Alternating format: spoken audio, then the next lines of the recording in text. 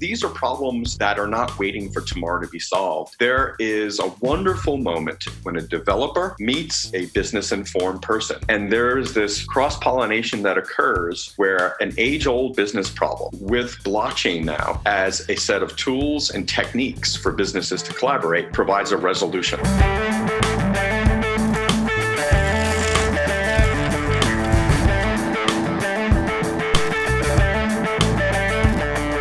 When you see the sparkle in that founder's eye, it's that, this has been a thorn in our side for generations, and now we recognize it as an industry.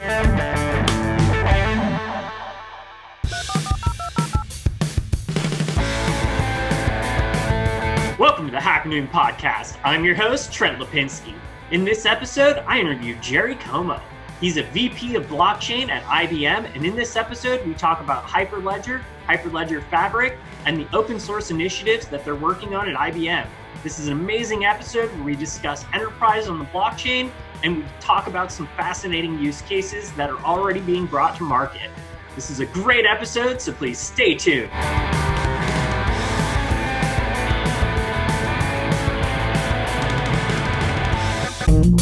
This episode of Hacker Noon is sponsored by DigitalOcean. Join a community of over 3.5 million developers learning how to build and scale high-performance web apps on the simplest cloud platform. With a flat pay-as-you-go pricing structure and monthly caps across all global data centers, DigitalOcean makes it easy to get the computer resources you need without the billing surprises you get from other cloud providers. Discover why developers love DigitalOcean and get started with a free $50 credit at do.co/hackernoon. Full stack developer Austin Pocus. We're using it to host a discourse site. So basically they give us a machine and we run a Dockerized instance of discourse on there. It gets a few clicks and discourse is ready to rock. Welcome to the podcast. I'm here with Jerry from IBM. Tell us a bit about who you are and what you're working on. Hey, Trent. I am Jerry Cuomo at IBM. I'm the Vice President for Blockchain Technologies, and I'm an IBM Fellow. And I'm working on blockchain technologies, and specifically the Ibm Blockchain Platform, which is a platform that is powered by technologies from the Hyperledger project, specifically centered by Hyperledger Fabric. That's kind of think about it as our operating system. And it's a set of value-added services and tools around Hyperledger that runs on the IBM cloud, runs on your private cloud or any other public cloud, and combinations thereof. So some people call me the Genesis block on the IBM blockchain. I'm certainly one of them. So I've been doing this since the blockchain thing since about 2014 at IBM. And before that, I was the CTO for our middleware software group. Awesome. And so what got you interested in blockchain technology and to lead this group? Hey, Trent, I put my kids through school on the mantra, write once, run anywhere. Like that's the Java mantra. And kind of Java still is quite the force in what we sometimes call e-business. So if you go to your bank and online bank and do some online banking, chances are the software that we wrote as part of IBM WebSphere, powered by Java, was part of that system. Or if you go, participate in an auction at eBay and many other places around the digital industry, our transactional software that allows you to exchange things of value over the internet are being used. So you probably see where I'm coming from, right? Yeah. And and I got wrapped around all of the things that we all know and love in technology. So worked a bit on mobile and a lot on cloud, IBM's cloud strategy, containerization strategy, and I've been on all of that in my role as the lead of our middleware group on the technology side. And, part of me, Trent would say, is like, I put my kids through school around transaction processing. So what's the history books going to write about transaction processing? First there was the ledger, the handwritten ledger, the little black book, and then the mainframe came. And still like some large percentage of the world's transactions, like airline reservation systems, Sabre, all of those things of classic transaction processing, that is that age of the mainframe transaction processing, then distributed transaction processing. I mentioned the eBays of the world, the Amazons of the world, the whole internet running as a distributed network. And then what was the history book going to write next? It's all AI and, IoT, and is transaction processing going to be left for dead is kind of what I thought. And then I saw, actually I knew about Bitcoin, but then I saw Ethereum and fell in love because, with this notion of a world computer driven by transaction, pluggable, arbitrary transaction technology through smart contracts, I was like, wow, there's a second life here, or third life, fourth life, whatever it is the history books is going to keep writing about this. And I want in, I want to be part of that. And, I found very quickly at IBM, it's 400,000 employees on a good day at IBM. So like several folks were coming to this view on their own. And as a bit of a Pied Piper, not necessarily by choice, but it kind of happened that I became the spiritual leader of the chain gang and kind of had tabs on most of the projects in IBM that were related to blockchain, and then started naturally pulling them together under some amazing leadership. Arvind Krishna, Marie Week, Bridget von Kraljen, of course, Ginny Remedi, our CEO, they all have blockchain fever. So I was getting a lot of good coaching and financial support from them to bring the team together. And then under the leadership of Marie Week, we formed our blockchain unit in, I think it was like 2016. And, awesome. The rest is a blurry history. We've been going ever since. And we have three pillars. Our services pillar, which is consulting and build services. We've exchanged at least $1 with 500 plus customers working on blockchain projects. And it's pretty, from an industry perspective, that's pretty huge. That's the services. Then we have our platform. That's the part of the business that I help run, or that I run. And then there's our ventures, our blockchain ventures, where we have a few networks that we've actually helped co-create, like our Food Trust Network, our TradeLens network, and our WorldWire network. So that is the blockchain family at IBM now, and I have one of the three pillars. Awesome. And can you tell us a little bit about Hyperledger and permission blockchains and how that kind of works? Because, a lot of people probably hear about blockchain and, they're seeing a lot of these decentralized projects and they maybe don't understand the potential implications for the enterprise. Absolutely. And I also hear, is it really a blockchain, or is it, true blockchains are public and anonymous and all of that kind of stuff. And, I think I joked with you earlier today and said, is light beer a beer?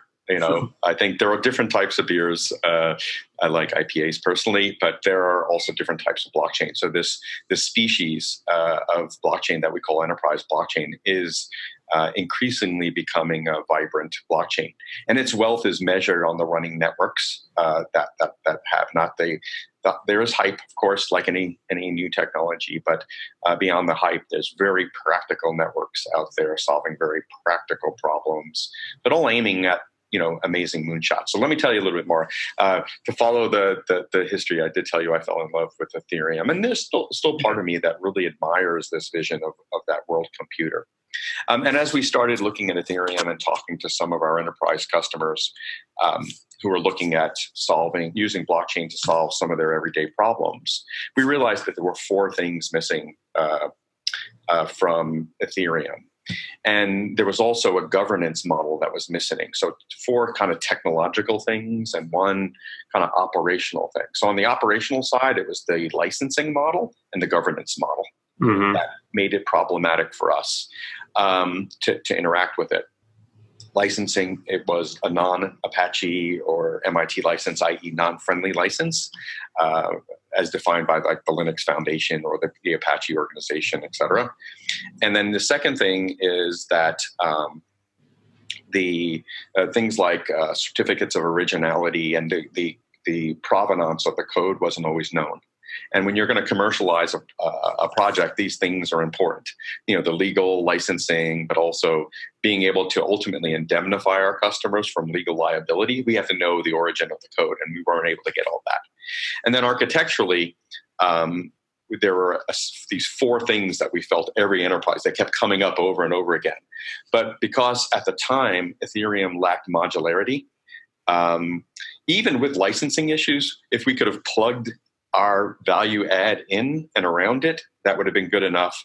But at the time, Ethereum lacked modularity, so we couldn't plug these 4 things in. So we decided to take a run at it, not by ourselves, although for about a month, we started riffing on something inside IBM called Open Blockchain. We realized after talking to Jim Zemlin and team from the Linux Foundation, who are, legendary, like it's the gold standard for open source. Like, look, IBM, I hope you're not thinking about doing this by yourself. And by the way, if you look over there on the side, you'll see like 12 other companies who've brought up this idea of blockchain for business. Why don't you team up with them? And we did. The Intels and Cisco's and Digital Asset Holdings and many others. We helped launch the Hyperledger project as the greenhouse or the incubator for code, for real running code, not just ideas, not just collaborations, but doing that to generate the best code in the world for enterprise blockchain. And we donated the intellectual property and foundation at the time, 50,000 lines of code or so, that has ultimately evolved with the help of many others outside of IBM to be Hyperledger Fabric. And it embodies these 4 things, what I keep referring to as 4 things, but never tell you what they are.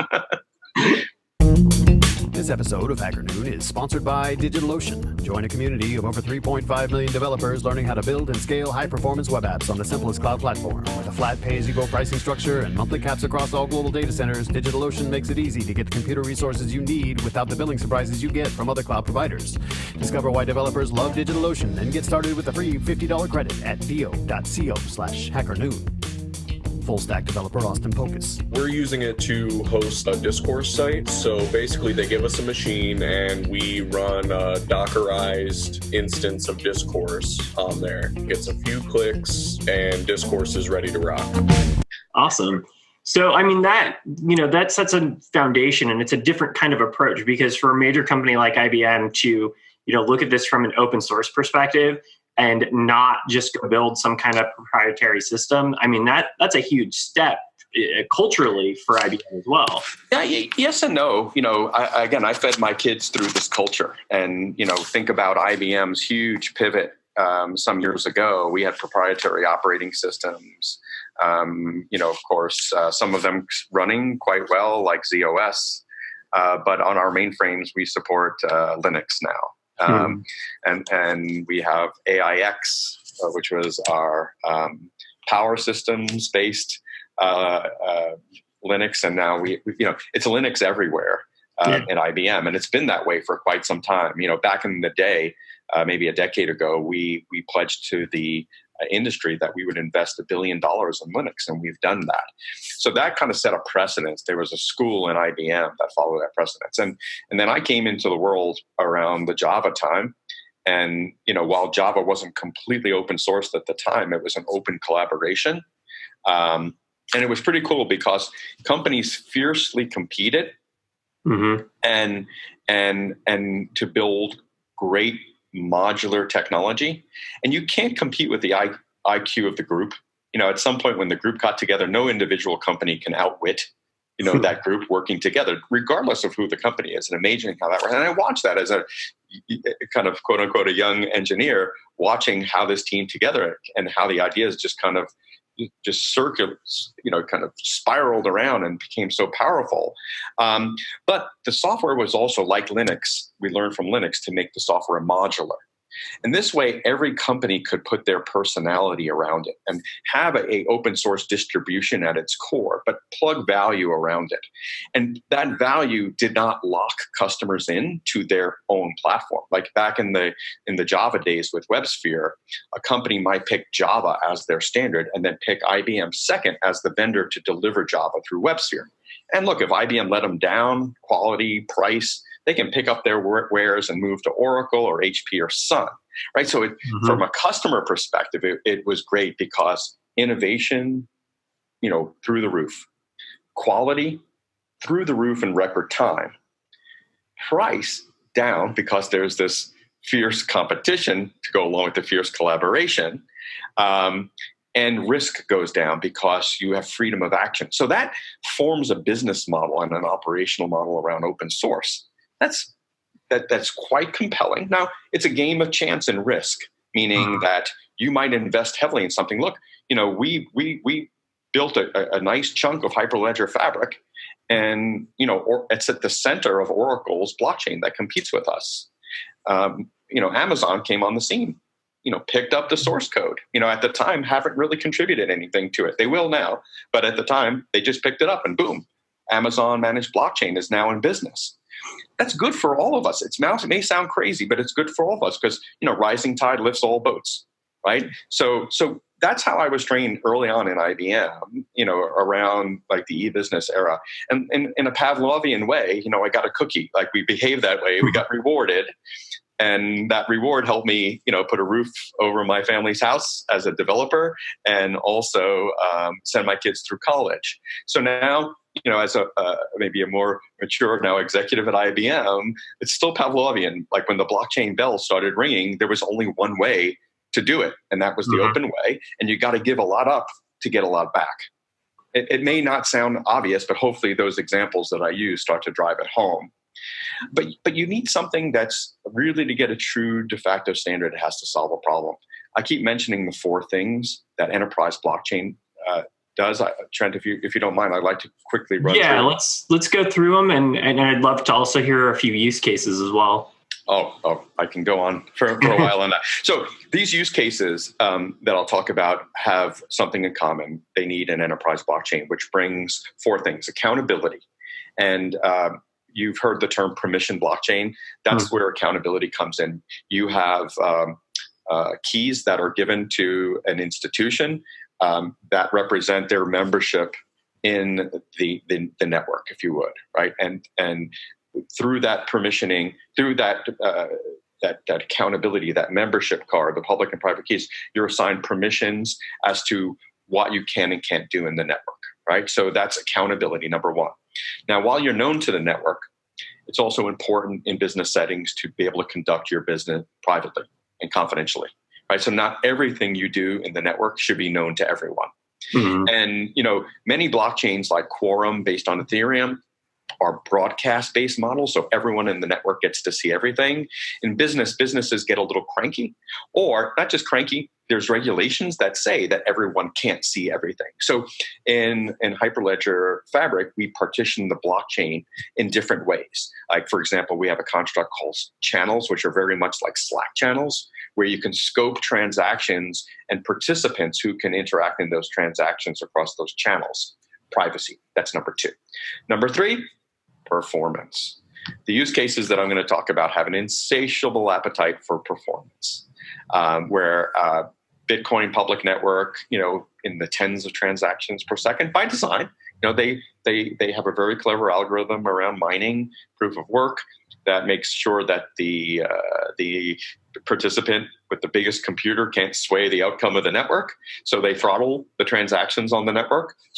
But with that would make it prohibitive for some enterprise applications to run if the ceiling was in the tens of transactions per second. Ethereum does a little bit better. But with Hyperledger Fabric, because of things like no proof of work, we have custom consensus algorithms that can be plugged in. We see thousands of transactions that are possible. Could someone write bad code and have it perform less? Of course, any system, whether it's blockchain or not, you got to write good code that follows best practices. But if you do, your dog can hunt, from a performance perspective. That's number 3. And number 4 is security. And in a permission blockchain, it may not be about those nefarious characters coming into your network like you might see in an anonymous network. It's probably, while you might permission in someone who's less trustworthy, it's more about the careless actor that's in your system that might not be patching their system regularly, not have as prudent IT practices as you do. And now their systems go down or somehow become vulnerable. That can't compromise the whole network. So fault tolerant security is 4th. So accountability through permissions, privacy and confidentiality number 2, performance, and then last but not least, fault tolerant security. And this enables a wide variety of everyday use cases that you would know and love. Because IBM has landed some major contracts with some major companies that have implemented this technology. Do you have any examples that you can talk about publicly? Yeah, all day long. I mean, one of the things I love about working on blockchain is we work with we get to work with some of the initial trailblazers of blockchain. And right now, if I were to put odds down or ratios, I would say maybe 85% of the world are still exploring blockchain. What am I going to be when I grow up with blockchain? And the other 15% are the trailblazers saying, well, take your time growing up because we got a good thing going without you on the blockchain side, and we want to keep our lead. So we are working with both very happily, but the trailblazers are informing us. They're teaching us a lot about what matters. So those use cases. And when I say trailblazers, you might think of a Silicon Valley startup as the prototypical, but you see all types. You see 100-year-old enterprise consortiums getting together and aggressively adopting blockchain. Maybe it's because they see the Grim Reaper in their rearview mirror coming up on them, or great startups. Like one startup that I love to talk about is True Tickets. True Tickets has built. They have a live platform. We had an event last night called Blockchain on Broadway as part of Blockchain Week in New York. Believe it or not, we had a blockchain play. But the tickets were issued on True Tickets, which is a digital ticketing platform to take a run at eliminating digital ticket and physical ticket counterfeiting, which is a big problem. There's millions and millions of dollars lost a year, but also the very basic fact that we got things a bit backwards in the world, where the artists, the bands, the sport venues, they don't always get the lion's share of the value they create. It's that middle person or institution, or even way down the supply chain, the scalper that's getting 1,000% on the ticket. So with smart contracts and using the IBM Blockchain Platform powered by Hyperledger Fabric, True Tickets is allowing the rules to be set, the ticket to be minted. There's only so many tickets, not one more, not one less. You can't create or destroy matter in this network. The rules of the creator always gets 80%, and the value from that, the remaining 20% is shared the following way down the supply chain. Of course, it can be sold through different platforms as long as those rules are followed. And yes, even if a scalper gets a hands on the ticket, they can resell it, provided it's within the scope of the rules set by the smart contracts, right? So everyone, maybe except a couple of groups, are happy, but the consumer of the ticket gets its value and peace of mind that they didn't buy a fake ticket. But also the artist gets the fair value of what they've generated. So that's a great example of one of our, what I would say, startup initiatives. But on the other side, we have also launched last month in full vigor in Canada, the Verified Me network that is anchored by 7 major banks of Canada and convened by a company called SecureKey. And with the Verified Me app that's downloadable from Google Play or from the Apple App Store, you can download Verified Me today in Canada, and you can get your free credit score. And you can start taking control back of your identity by keeping it on your Verified Me wallet. And the institutions, like when you go rent an apartment or open up a bank account and you start getting asked all these questions, what you do is you permission to say, okay, I'm going to let the Department of Motor Vehicle answer this question once and only once. So you license them the one-time right to answer the question on behalf of the real estate company that is going to lend you the apartment.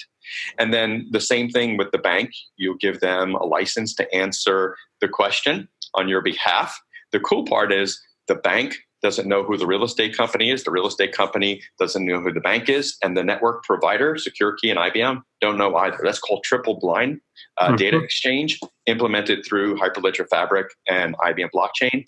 And the funny part is, the people love it and the government loves it, because the government is sitting there saying, we have this wonderful thing called the digital revolution, but how do we protect society? And how do we protect our nation from digital intruders and digital theft of this information. When they see this notion of triple blind data exchange with no tracking and traceability, because now, again, the bank doesn't know who you are, they're like, this is nirvana. And it's all enabled through Hyperledger Fabric and Enterprise Blockchain with those 4 characteristics. That is a really cool use case because it puts the power back into the user's hands, so they're in control of their data. Because I've had my personal identity stolen, and it's a nightmare in these banks and the government. They have no way of knowing how to deal with it. I mean, it's a real problem that we definitely need to solve. So that's awesome to hear that there is a blockchain solution to that, and it sounds like it has some real potential. It sets the tone for other, I would say, incubators, or I would say proof of concepts that are running as pilots around healthcare. Similar thought, putting the ownership back in the hands of the individuals, or in some shape or form a supply chain, and having, whether it's removing counterfeiting from the supply chain, whether it's tickets or diamonds, or we have Everledger running on our platform, which is, mine to finger, for making sure the Kimberley Act, which is a regulation to protect miners, and making sure that when a diamond is sold, it's sold with a Kimberley certificate, which ensures some percentage of the sale goes back to improving conditions at the mine. So these are supply chains of sorts, and they're very pragmatic things, Trent. And people say, when is blockchain going to hit the enterprise? And usually when they ask that question, it's thinking about a moonshot, thinking about this thing that's going to, like, some nirvana of like T0 settlement, instantaneous settlement of stock transactions or something like that. Or even some of the ones I mentioned around eradicating identity theft. And these are things that are all possible in our lifetime as moonshots. But I love the Apollo program. I love these individual activities that are happening today, where the beauty is in the eye of the beholder, and the beholders like True Tickets, like Secure Key, like MediaOcean here in New York City, that's looking at allowing people who are doing advertising to actually track the advertising spend across its life cycle. I didn't know that they couldn't do it. They just trust how does that work? But they're getting value. Spreadsheets. They hire auditors and stuff like that to go figure. Maybe an oracle or a psychic. Yeah. So, but these are problems that are not waiting for tomorrow to be solved. There is a wonderful moment when a developer meets a business-informed person. And there's this cross-pollination that occurs where an age-old business problem with blockchain now as a set of tools and techniques for businesses to collaborate provides a resolution. Right. Mm-hmm. And when you see the sparkle in that founder's eye, or quote unquote founders, that, this has been a thorn in our side for generations, and now we recognize it as an industry. No one of our cohorts across our supply chain, or even competitive banks like the ones in Canada, get glory in solving these problems. Like, some of these problems aren't competitive differentiators, but they all have to do it, like KYC and AML. Mm-hmm. If you get you sign up for a bank account in one bank and then do a credit card with a credit line in another bank, that's 2 activities that the 2 banks have to perform in duplicate. But there's little value back to the bank, and they spend, hundreds of millions of dollars a year on these processes that can now be significantly simplified, bringing, hundreds of thousands of dollars, hundreds of millions of dollars, back into their hands to apply to more creative projects that are going to help us, right? So it's good to be a developer today, and it's good to be a business leader with a perennial problem. And when the 2 get together, sparks fly. And that's something we're so fortunate to see at IBM happening on our platform. And you've written a book about this as well, haven't you? Yep. Go to Amazon, Blockchain for Business. Arun, Cuomo, and Gaur are the three authors. The guy in the middle, Cuomo. So if you do blockchain for business, Cuomo, you'll find it on Amazon. And I talk about a lot of the things I've just shared with you with my colleagues in a little bit more detail. Awesome. And since this is the Hacker Noon podcast, I've got to ask, what is some time in your life that you've had to hack something? Trent, I was born curious. And hacking is in my nature. Taking apart radios and draping a wire to connect two speakers that I plucked out of radios, and draped it over my head, as the first earbuds. The hacking electronics was something I did earlier. One of the things that I have is a great combination of curiosity and being lazy. And that I think makes for a good hacker. I will claim the rights with a colleague of mine, Richard Redpath, for if you ever text someone and you see the bubble with ... I have a patent on that with Richard. I invented the ... or the such and such as typing in chat systems. And I did that out of pure laziness. We were, IBM same time was an early chat tool that was built for enterprise, and we were testing the system and we weren't sure if it was working. So I hacked in a little debug line, which was to put X's when someone was typing. And that didn't work out because what you would see is someone would be writing like a lot of X's would show up in the typing line. And then all of a sudden it would go down and it would be like a one-word answer like yes. And then you would say, no, that's not what you were saying. So we had to anonymize it more. And I was foreshadowing maybe my work on cryptography and blockchain. So now it was just like, Trent is typing. Yeah. And then I think Apple came up with an even clever visual, which was just the ... in the bubble. So yeah, those are some of my more clever hacks. But I will tell you, less ingenuity, more curiosity and laziness. Well, that's a pretty awesome one. I mean, yeah. It's maybe added a bit of anxiety to the world, though, waiting to see what that person's going to send. But yeah. I had anxiety at the time as to whether our chat system was working. So that was a near-term anxiety that I think we've shared now with the world. But hey, the other person is there, which is all I wanted to know at the time. Yeah, well, that's awesome. Can you tell us a bit if you've got any final thoughts before we wrap up here? Yeah, I found myself in a position at IBM that, to be honest, I relished a bit as the blockchain judge and blockchain jury. So people would come to me and say, hey, Jerry, is this a good blockchain idea? And I would think about it and say yes or no. And then I think in 2016, once I told someone that I didn't think their idea was such a good blockchain idea, and they didn't listen to me. And then about a year or so later, I saw what they did. And so it turned out what they did wasn't perhaps the greatest idea, but they pivoted a few times to one of the best blockchain ideas I ever saw. So, my advice is the best blockchain idea is the one you're actually doing. Mm-hmm. And if it's not the best idea, that's okay. You'll make it so. But I also am one of several who coined the phrase blockchain is a team sport. And when I say that, I mean that at some point, blockchain is best when done by a group. You can't do it as an individual company. You can start that way, but it's best when you start bringing in your business partners. So the best blockchain project is the one that you're doing. I won't judge.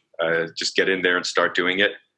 But the very best blockchain project is the one that you're doing with a group, with your partners and supply chain, brethren, competitors, etc. Start simple, grow, have your moonshot in mind with that twinkle in your eye, but please employ your Apollo program, start pragmatically and incrementally, and you'll be off to the races. Awesome. And where can people find you? They can find me on LinkedIn, Jerry Cuomo, or on Twitter at Jerry Cuomo, or you can find me in the book review section of Amazon, if you're so kind. Right now, there is I think a 35% discount. If you go and Google us on LinkedIn, you can get the code to get a 35% discount for blockchain for business. Awesome. Well, it's been a pleasure having you on the show. Thanks, Trent. Thank you for your great questions. This concludes another episode of the Hacker Noon podcast. I'm your host, Trent Lapinski.